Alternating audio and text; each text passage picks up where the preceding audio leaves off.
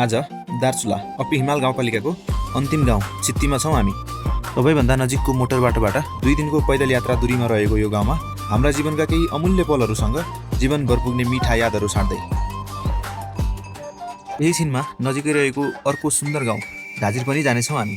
तर त्योभन्दा पहिला चित्तीका दुःख सुखका बारेमा यहाँका स्थानीयहरूसँग गफ गर्ने प्रयास गर्नेछौँ हामी। यही ढाको बाटो बन्ने हो, यो कोट पनि सबै बन्ने हो। यहाँका 2वटा धार्मिक गुफाहरूको भ्रमण गर्नेछौँ हामी आज। भित्र कति अगाडिसम्म छ गुफा? भित्र कोही गया छन्? लगभग तपाईँको 50 मिटरभन्दा माथि नै होला। बिस्तारै बिस्तारै आउनु, बिस्तारै। एकदम तपाईँ धर्मी मान्छे रहेछ क्या, एकदम इजीसँग मजाले छिर्नुभयो। बिरे जात्रा, सुर्मा सरोवर र त्यसको इतिहासबारे पनि समाजका अग्रज एवं वृद्धहरूसँग केही बुझ्ने प्रयास गर्नेछौँ हामीहरू।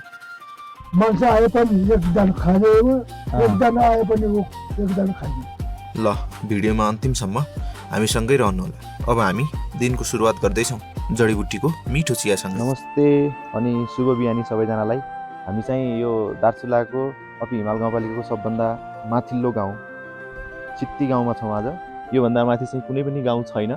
योभन्दा माथि हिमालहरू सुरु हुन्छ र यताबाट चाहिँ अब सैपाल जानको लागि ट्र्याक खोल्ने भनेर अपी हिमाल गाउँपालिकाले माथि होमस्टे टाइपको बस्नलाई व्यवस्थापन गर्नलाई घरहरू बनाइरहेको छ भन्ने हामीले सुनेका छौँ। कापुचुली हिमालको काखमा अवस्थित सानो अनि सुन्दर गाउँ हो छेत्ती गाउँ। यहाँका स्थानीयहरू निकै ऊर्जावान छन् र मेहनती पनि। वृद्धहरू पनि युवाहरू सरह नै काममा खटिएका छन्। मानौ कि उमेर भनेको उहाँहरूका लागि केवल गणितका अङ्कहरू मात्रै हुन्। भौगोलिक विकटताले यो ठाउँलाई विकासका पूर्वाधारहरूबाट एक्लो बनाएको छ। शिक्षा र स्वास्थ्यको पहुँचबारे हामीलाई यस्तो भन्नुहुन्छ यहाँका एकजना स्थानीय। अनि जस्तो कि अब यहाँको मान्छे बिरामी भयो, अब टाउको दुख्यो, कति टाढा जानुपर्ने? यो पाथै जानुपर्ने।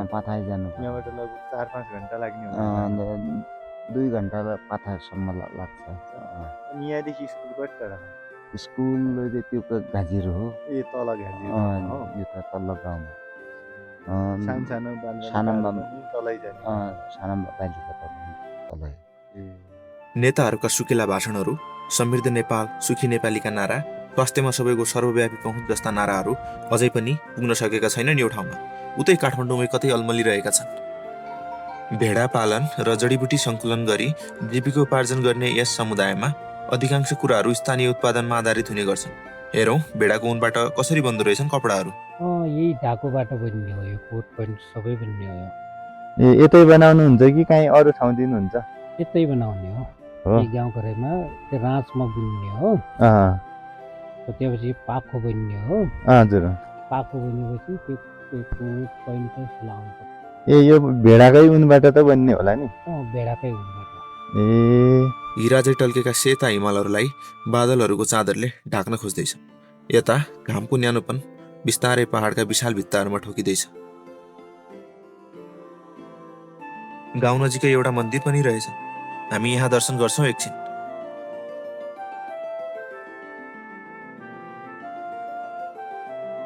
यतिन्जेल बिहानको नास्ता बनिसकेको छ। अब हामीहरू नास्ता गर्छौँ। अहिले चाहिँ अब हामी बिहानको नास्ता खाने, रोटी र आलुको साग।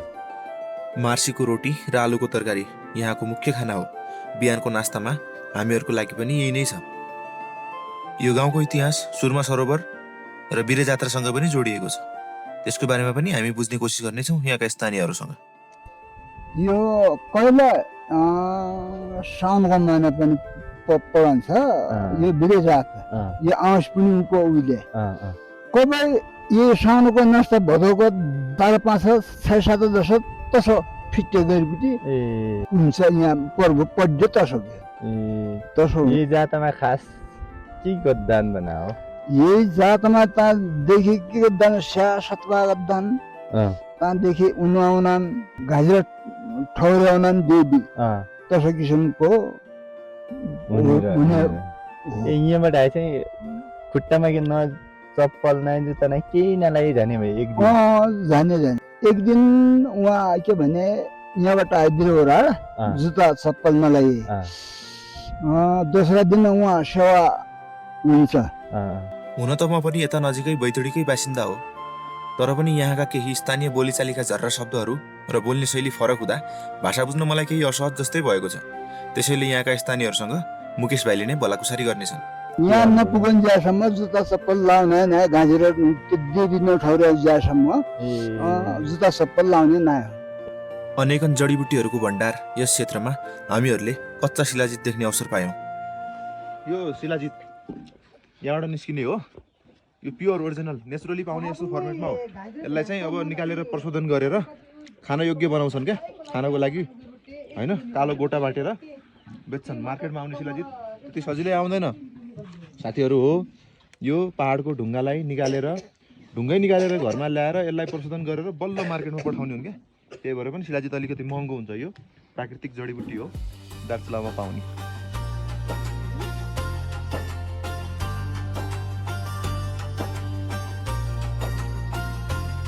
सो गाइज देख्न सक्नुहुन्छ पछाडिपट्टिको घर, हिजो हामी बसेको घर यही हो।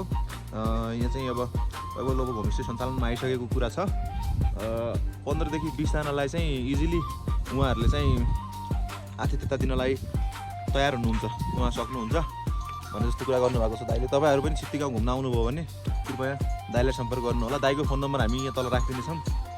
र अब बिहान भएसँगै यहाँ गाउँमा चाहिँ कामको चहल पहल पनि सुरु भइसकेको छ। लगभग गोठालो जानेहरूले यहाँ आफ्नो वस्तुभावहरूलाई चाहिँ जङ्गलतिर लग्दै हुनुहुन्छ भने खाना बनाउनेहरूले खाना बनाइराखेका छन्। दाउरा लिन जानेहरू दाउरा लिन गइसकेका छन्। अब एकछिनमा भेडाहरू पनि चराउन लानुहुन्छ होला। र सबैजना चाहिँ जे होस् समय बढ्दै जाँदाखेरि आफ्नो आफ्नो काममा चाहिँ व्यस्त हुँदै गएका छन्।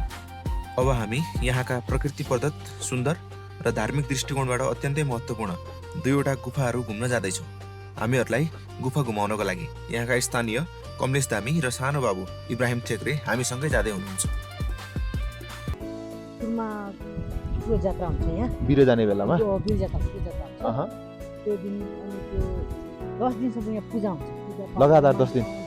पुजारीहरू कहाँबाट आउँछन्? पुजारीहरू यो कोही हाम्रो यहाँतिर हुन्छ नि, अनि तलतिर हाम्रो यो एक गोर्खा नै हो, ठुलो गोर्खा हो यो। अनि तलबाटको पनि आउँछ, सब आउँछ यहाँ। यहाँ पूजापाठ गर्ने मान्छे त्यो धर्म गुफा। अनि त्यहाँबाट तल्लोबाट आउने मान्छेहरू भक्तजनहरू आउने, त्यहाँ भित्र छिर्ने भिड हुन्छ है। एकदम पूजापाठको हुन्छ। भित्र कति अगाडिसम्म छ गुफा? भित्र कोही गया छन्? लगभग तपाईँको 50 मिटरभन्दा माथि नै हो। मार्कण्डे गुफा चाहिँ कता? मार्कण्डे गुफा चाहिँ यहाँबाट गएर त्यहाँबाट चाहिँ पहिलेदेखि आएको यता हुँदैन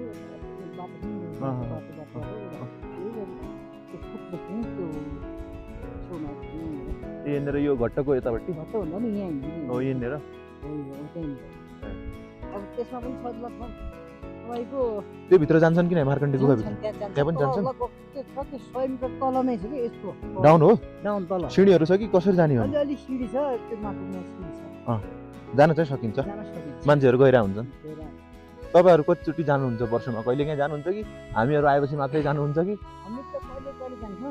अब त्यो सानो छँदाखेरि यो बच्चा छँदाखेरि त्यहीमा खेल्ने, त्यहीमा गए सानो छँदाखेरि सराउने अनि त्यसमा खेल्ने हाम्रो गुरुकै हुन्छ। हामी ठुलो भएपछि त हामी त्यति बच्चाहरू जान्छन् कि नै आजभोलि? आजकलको बच्चाहरू अलिअलि जान्छन्। त्यो त्यसमा त्यो बेलामा छुट्टीमा आयो भने न त पढ्न तलैतिर हुन्छ। गाउँमा युवाहरू त कमै छन् क्या? एकदम कमै छन्। गफ गर्दा गर्दै हामीहरू केही छिनमै गुफा नजिक आइपुग्यौँ। जमिनको सतहबाट नाटकीय रूपमा उठेका विशाल पहाडहरूको बीचमा अवस्थित गुफासम्म जानका लागि सुरक्षित सिँढीहरूको निर्माण गरिएको छ। र अब हामीहरू धर्म गुफा आइपुगेका छौँ। एकदम धर्मी मान्छेले मात्रै छिर्छ, अनि पापी मान्छे चाहिँ त्यो छिर्नै सक्दैन अरे, अप्ठ्यारो हुन्छ अरे। फेरि त्यहाँबाट चाहिँ फर्किनुपर्छ अरे, नत्र धर्मी मान्छे त फटाफट छिर्छन्। एकदम राम्रो हुन्छ, स्वाभिमान राम्रो हुन्छ कि यसको। धर्म गुफा भनेकै धर्म गुफा रहेछ क्या। अब पापी मान्छेले चाहिँ मान्छेको लागि पाप सोध्छ भने चाहिँ त्यहाँबाट त्यो गुफाभित्र छिर्न सक्दैन अरे, त्यहाँबाट फर्किन्छ अरे। हामी धर्म गुफा प्रवेश गर्दैछौँ। आउनुहोस् हेरौँ भित्र कस्तो रहेछ। हामी धर्म गुफाभित्र छौँ अहिले चाहिँ। र यहाँसम्म चाहिँ ठिकै रहेछ, हिँडेर आउनु सक्दो रहेछ। यहाँ अगाडि चाहिँ एकदमै साँघुरो छ क्या, तल यति मात्र छ। तर सुतेर छिर्नुपर्छ, कोसिस गर्छौँ। सकियो भने हामी पारिपट्टि निस्किने, सकिएन भने यहाँबाट ब्याक गएर तलबाट घुमेर चाहिँ पारिपट्टि जान्छौँ। हेरौँ सकिएला भन्ने हो के अरे, आश गरौँ होइन दाजु। यस्तो सुत्नुपर्छ, ज्याकेट चाहिँ फुकाल्नुपर्छ होला, ज्याकेट फुकाल्नु पऱ्यो। ठिक छ, कोसिस गर्छौँ हामी। आउनु चाहिँ कसरी हो त दाजु? बिस्तारै बिस्तारै आउनु, बिस्तारै। एकदम तपाईँ धर्मी मान्छे रहेछ क्या, एकदम इजीसँग मजाले छिर्नुभयो है। तपाईँले मान्छेको लागि एकदम राम्रो सोच्नु भएको रहेछ कि यति अप्ठ्यारो ठाउँमा पनि। गुफा एकदमै साँघुरो अनि घुमाउरो छ। स्थानीय जनविश्वास अनुसार यो गुफा छिर्ने मान्छे धर्मी हुँदो रहेछ, अरूका लागि सुविचार राख्ने र सबैको भलो चिताउने बाहेक कोही पनि यो गुफा छिर्न नसक्ने कुरा कमलेश दाइले हामीहरूलाई बताउनु भयो। एकदम सजिलो तरिकाले आउनुभयो, निस्किनु भयो तपाईँ। एकदम लक्की मान्छे रहेछ तपाईँ त। ओहो हो, ल ल ल हेर्नु न, ल हेर्नु न, एकदम सजिलो तरिकाले निस्किनु भयो। ओ दाजु धन्यवाद। धन्यवाद त तपाईँलाई एकदमै, हजुर यस्तो ठाउँमा ल्याइदिनु भयो है। हजुर थ्याङ्क यू सो मच। अब हामी यहाँबाट मार्कण्डे गुफा जान्छौँ फेरि। Okay sir. मार्कण्डेय गुफा पनि नजिकमै रहेको छ, करिब 10 मिनटको दूरीमा। एकछिनमै पुगिहाल्यौँ हामी मार्कण्डेय गुफा पनि। ल मार्कण्डेय गुफा पनि पुग्यो। मार्कण्डेय भन्दाखेरि मेरो साथी ज्याक्सन मार्कण्डको याद आउँछ मलाई। पानी पानी रसाइरहेछ अनि तलतिर चाहिँ पुरै यस्तो सिँढीहरू पनि छ अनि हामी चाहिँ यसरी बसेर यो मार्कण्डे गुफा ऋषिहरूले तपस्या गरेको ठाउँ भन्छ है। मार्कण्डेय गुफा पुरानो ऋषि मुनिले तपस्या गरेको ठाउँ, यो चाहिँ मार्कण्डे गुफा भन्छ। जहाँ यहाँ यो गेरु भन्छ, यसको हाम्रो लोकल नाम हो होइन त, यो गेरु भन्छ। यसको गेरु निकालेर निधारमा लगायो भने प्रसाद नै भन्छ। हो, यो प्रसादको रूपमा चाहिँ प्रयोग गर्ने गरेको छ। हजुर त्यही हो।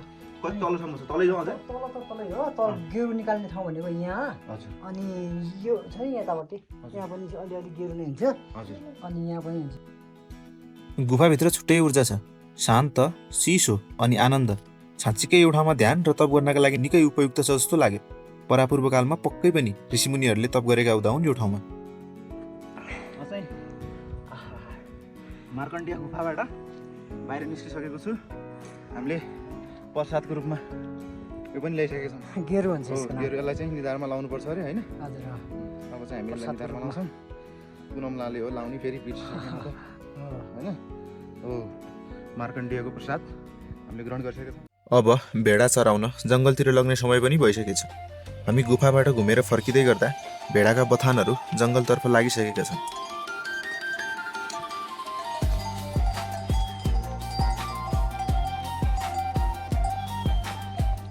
हान्छन् पनि हान्छन् हो, उडाला नि फेरि।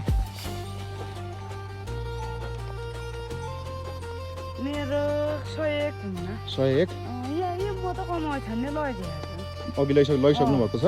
पछाडि आइरहेको सबै हजुरकै हो यो। मेरो हामी पनि फर्किनु पर्नेछ अब, घाँस रुँदै खातीतर्फ। आज बेलुका खाती पुगेर भोलि घट्टेघाट पुग्ने गरी।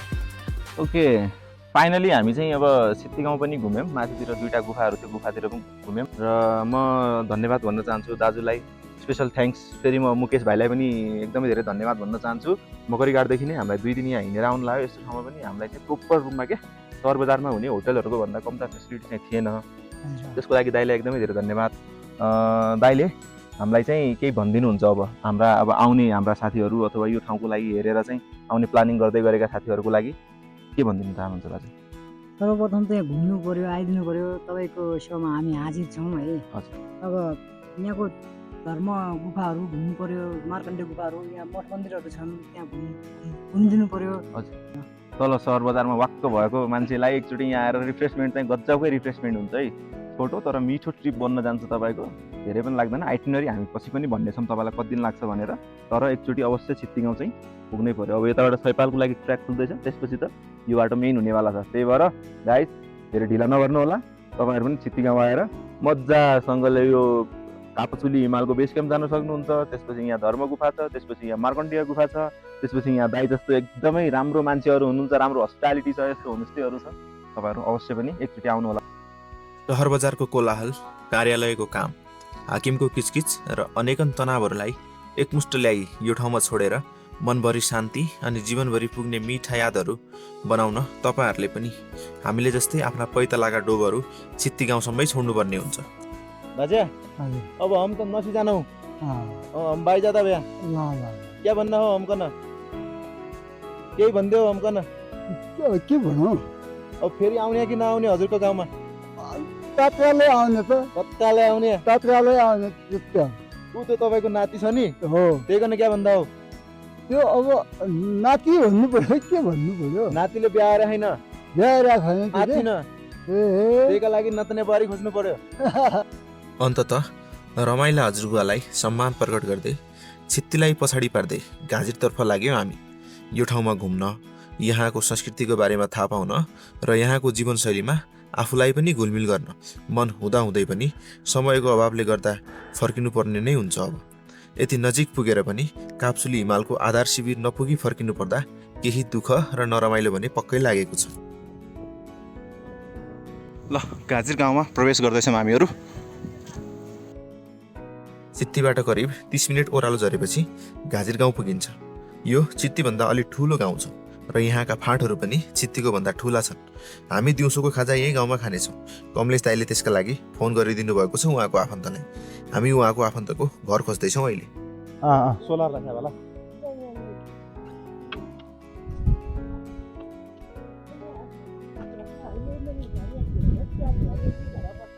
ए यो नयाँ घर हो ए ल धन्यवाद। हामीहरूले घर भेट्टाइसकेका छौँ। घरमा लिपपोत हुँदै रहेछ। माटोले टालेका घरहरू दिनहुनै यसरी पोत्नुपर्ने हुन्छ। दिउँसो भइसकेको छ। घाम चर्को हुँदै गएको छ अनि घरका चिम्नीहरूबाट आइरहेको धुवासँगै मिठो खाजाको बास्ना पनि यत्रतत्र छरिरहेका छन्। चर्को घामसँगै हिउँले हिमाल छोडी आकाशतर्फ जाँदै गरेका दृश्यहरू पनि घाजिरबाट देख्न सकिन्छ। घाजिर गाउँको इतिहास र बिरे जात्रा अनि सुरमा सरोवरको बारेमा फेरि पनि हामीहरूले स्थानीयसँग बुझ्ने कोसिस गरेका छौँ। यो घाजिर भन्ने त ठाउँ त त्यो पुरानो पर्छ के हो त्यो खुन भन्छ का खुन भन्ने पनि थाहा छैन। खुन खुनबाट आएको नाउँ पछाडि हो हाम्रो बस्छ अगाडि त कहाँ कोही ए जाड जुम्ली जुम्ली लाउँथे जुम्ली ओर्लो बस्थे हुन् जाड बस्थे हुन् अलिकति डाँडा त्यो गजगजा छन् अगाडि बस्ने तर बसलढुङ्गा भए दानको भयो बसलढुङ्गा पत्थर ठुलो पत्थर मान्छे आए पनि एकजना खाने हो एकजना आए पनि एकजना खाने अब त्यही दानको डरले यहाँबाट आए जाता हुने ए यहाँबाट आयो यहाँबाट आयो सुरमाबाट है यो त्यहाँ अब पछाडि त्यो दानको मारे तलमा यो पुरा दानव चाहिँ कहाँमा मारे भयो कति ठाउँमा दानको त्यसै ठाउँमा ए त्यसै ठाउँमा माऱ्यो तपाईँ यहाँबाट आए आउने जात भयो यहाँबाट यताबाट आउँदाखेरि यहाँ दुई छ नाग लागि पुरामा खेतीबारीबाट छन् त्यो देवताले पुरो हाडीपट्टि मारेको एक सेकर तलीमा छ एक सेकर पुरामा हाडीपट्टि वाइमा दुई नाग नगिनी पहलमा ढुङ्गा छन् पहलमा चाहिँ दुई नाग नगिनी यस्तो भयो ए ढुङ्गा ढुङ्गा देवताले दुई सेकरले मारेको पुरामा छन् एक सेकर उहाँमा छ उही सेकरले मारपट्टि उही ढुङ्गामा यसो पहलमा तब पछाडि पछि यताबाट नसर धान मारिसक्यो देवताले पछि यसैबाट आउने हो यसैबाट हुँदै जात हुने भयो गल्ती यसैबाट यहाँबाट आउने यहाँबाट आउने तर बेथलमा ठुलो बत्थर भयो त्यो 100 जना भए पनि एकदम त खाएको थियो त्यो ए दानापले हो ठुलो जात विजय पर सरोवरमा जान ए बजाङबाट बजाङमा तीर्थ जान ए तीर्थ हो पुरै खुट्टामा चप्पल जुत्ता केही नलाएर यो कालो सुक्रो पगडी बनाएर गाजर यस्तो गाजर पारेर ल्याउनु मला हालेर तपाईँ ए त्यसरी गयो थिएँ त्यसरी जानु जात अझ उन्निने यतै घाजिरमा ए जा त्यहीबाट आएपछि लास्ट घाँसी हो लास्ट यामा उड्ने हो ए घाँसी गाउँमा हो सेतीमा नै आइपुग्यो नि छेत्तीवाला पनि यहाँ आउँछ ए लास्ट चाहिँ सुरु यहीँबाट हुने लास्टलाई दार्चुलाबाट सुरमा जाने बिरेहरू घाजिरबाट आफ्नो यात्रा सुरु गरी घाजिरमै यात्रा सकाउँदो रहेछ। यात्रा अवधिभर खाली खुट्टै हिँड्नुपर्ने लगायतका अनेकन कडा अनुशासनहरूको पालना समेत गर्नुपर्ने रहेछ। उन हो है यो भेडाको उन यो यसरी धुनै पर्छ हो राडी भेडाको उनबाट राडी र गादी बनाउनु पनि गाह्रो नै रहेछ। उन काट्नदेखि लिएर शरीरमा लगाउने लुगा बन्दासम्म धेरै मेहनत गर्नुपर्ने। खाजा तयार भइसकेको छ। अब हामीहरू खाजा खान्छ। खाजामा चाहिँ मार्सी र फापरको पाल्ती विशेष छ। आज मार्सीको रोटी हो यस्तो मिठो छ नि होइन मिठो छ खाना है। घाजिरमा हामीले निकै छोटो समयमै चित्त बुझाउनु पर्ने भयो। तर छोटो समयमा पनि हामीले स्थानीयहरूसँग कुराकानीदेखि यहाँका स्थानीय परिकारसम्मको अनुभवलाई झोला भरिहाल्न सफल भयौँ। अब फेरि घाजिर गाउँलाई धन्यवाद दिँदै लाग्यौँ हामी खातीतर्फ। पाथामा एउटा अनौठो दृश्य देख्यौँ हामीले। लामो समयदेखि पानी नपरेको हुँदा बाली नालीमा उब्जनी घट्ने भन्दै त्यहाँका स्थानीयहरू पानी माग्न बाजागाजा सहित मन्दिर प्रस्थान गरेका रहेछन्। दमाहा बाजा पश्चिमको प्रख्यात बाजा हो। थोरै धेरै मैले पनि सिकेको छु। हेर्नुहोस् है त कति मिलाउन सक्दो रहेछु मैले।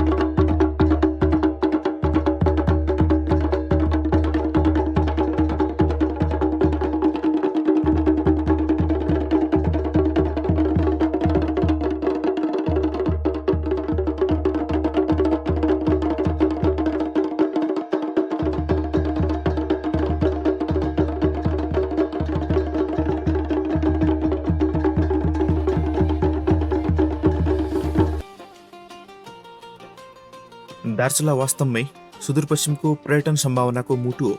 यहाँका विशाल पहाडहरू, सेता हिमाल, कहिल्यै नथाक्ने नदीहरू र हिमालभन्दा पनि विशाल हृदय भएका मानिसहरूलाई विशेष धन्यवाद। दार्चुलाका विकट गाउँहरूमा आफ्ना पैतालाका डोबहरू छोड्दै जीवनभर पुग्ने सम्झनाहरू र मनमा शान्ति लिएर यसपटकको दार्चुला यात्रा यही समाप्त हुन्छ।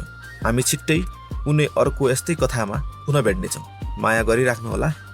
यो यात्रामा अन्तिमसम्म भिडियो हेरेर हामीसँगै रहनुभएकोमा धन्यवाद।